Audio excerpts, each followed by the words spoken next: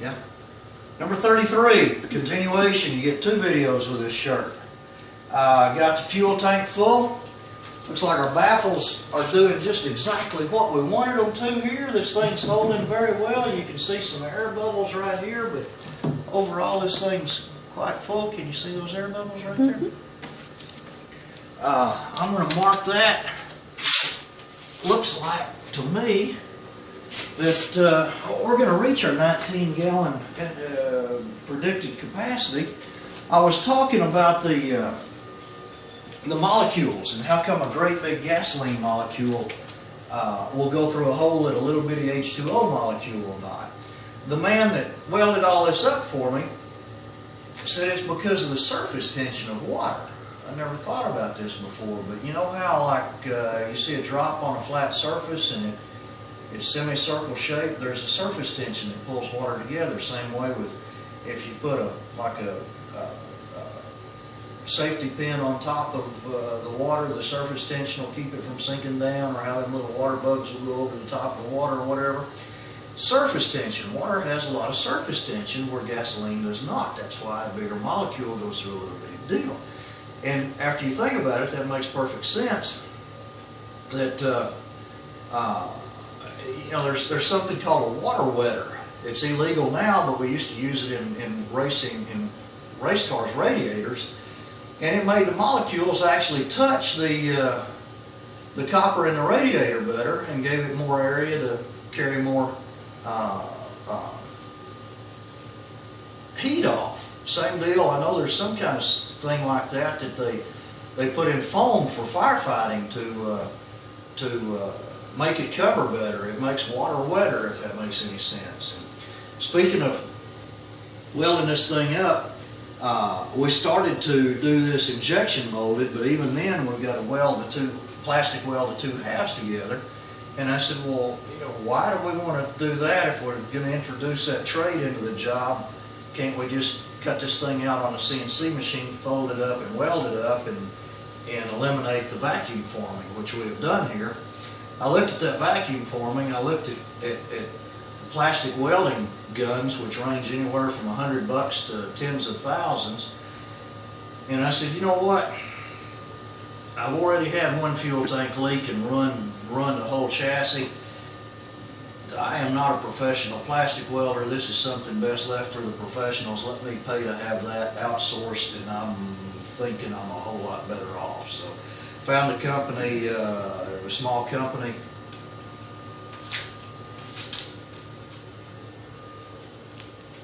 I thought it was leaking. Found a small company that does that, had it done, welded it up. He said there's about a 90-something% chance that this thing will hold fuel the first time. If it doesn't, just mark what it doesn't and bring it back and they'll weld it up. It's really cool. They've got a thing here that goes inside this that makes sparks, and then they take a metal piece and go around it, and if the spark comes out through the metal piece, it went through a hole in it. But that's where we're at on this deal. The other thing, we've done this piece here, instead of having an aluminum piece come out here and then a couple of hose clamps and flex and so forth up to the fuel filler that's up toward the top of the front hood. This is way too long, but we're going to cut it, modify it, bring it up like so, and the fuel filler is just going to hose clamp right onto that, like so. So we saved several hose clamps and an extra piece and a bunch of other pieces and parts in this, so I'm pretty happy with that. And we'll let that set a while, see if there's any leaks at that level, and we'll add another 5 gallons to it. Okay. Last thing I want to show you here.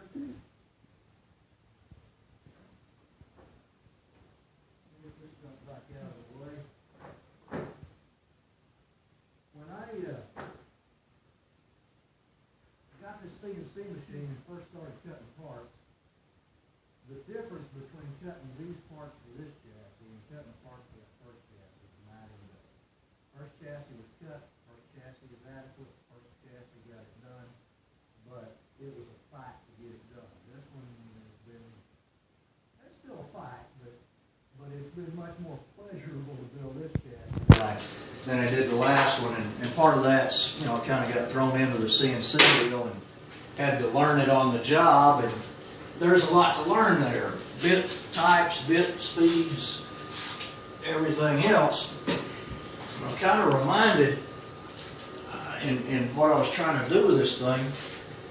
Years ago, the fiberglass shop foreman and I went to look at a Lambo replica body from a builder that was supposed to be producing them, and it was pitiful. It was just awful. And I brought him with me to take a look at it, but I know enough about fiberglass to know what I was looking at on that. And on the way home I said, you know, I just don't understand it.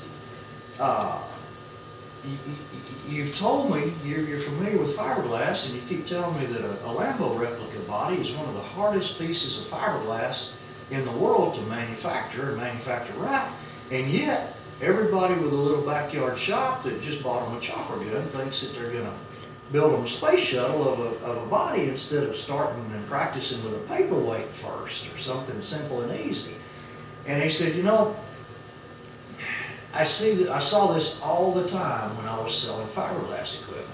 They buy a chopper gun, and there's no money in paperweights, so let's go do the most expensive, complicated thing we can do to make a profit. And I totally understood it after that, but I kind of feel like those people when I got into this CNC deal.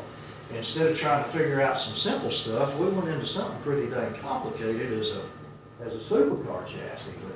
But I want to show you one thing that I've come up with on this. You can see here, here's a set of bones that's left. It takes about 4 sheets of 4x8 aluminum to make a chassis, and here's what's left of one of those sheets. You have a vacuum hold down on the table to hold it in place and indexed. You have the C channels here, and you can strategically place some hold downs on those to hold them down. You got to be careful with those that your bit as it's traveling, you wrote a program that it doesn't crash into that. But the vacuum hold down is the best use, but the problem is, as you cut and as pieces come out, you lose your vacuum because you have holes there. You can put, you know, pieces like so to start covering it up and all that, but it's a pain, doesn't work very well, it's kind of difficult. So what I've come up with, I took the machine, I wrote a program, and I came in, the machine will actually go a little bit outside of the 4x8 area. I wrote a program to cut a bunch of holes around the perimeter of a 4x8 sheet, and then I came in and tapped those holes through my surface plate here. Then I built me a bunch of these things, and I can come in every 16 inches.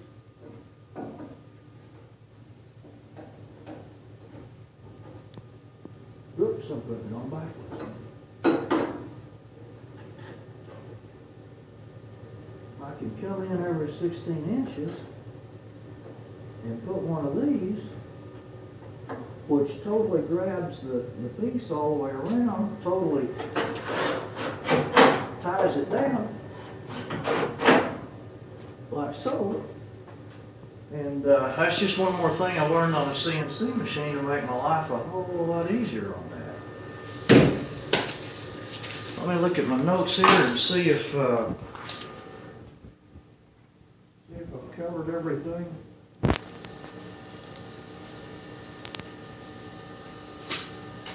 I think so. How many minutes is that? 9.5. Okay, well, a little shorter than this time. I think that's it for now.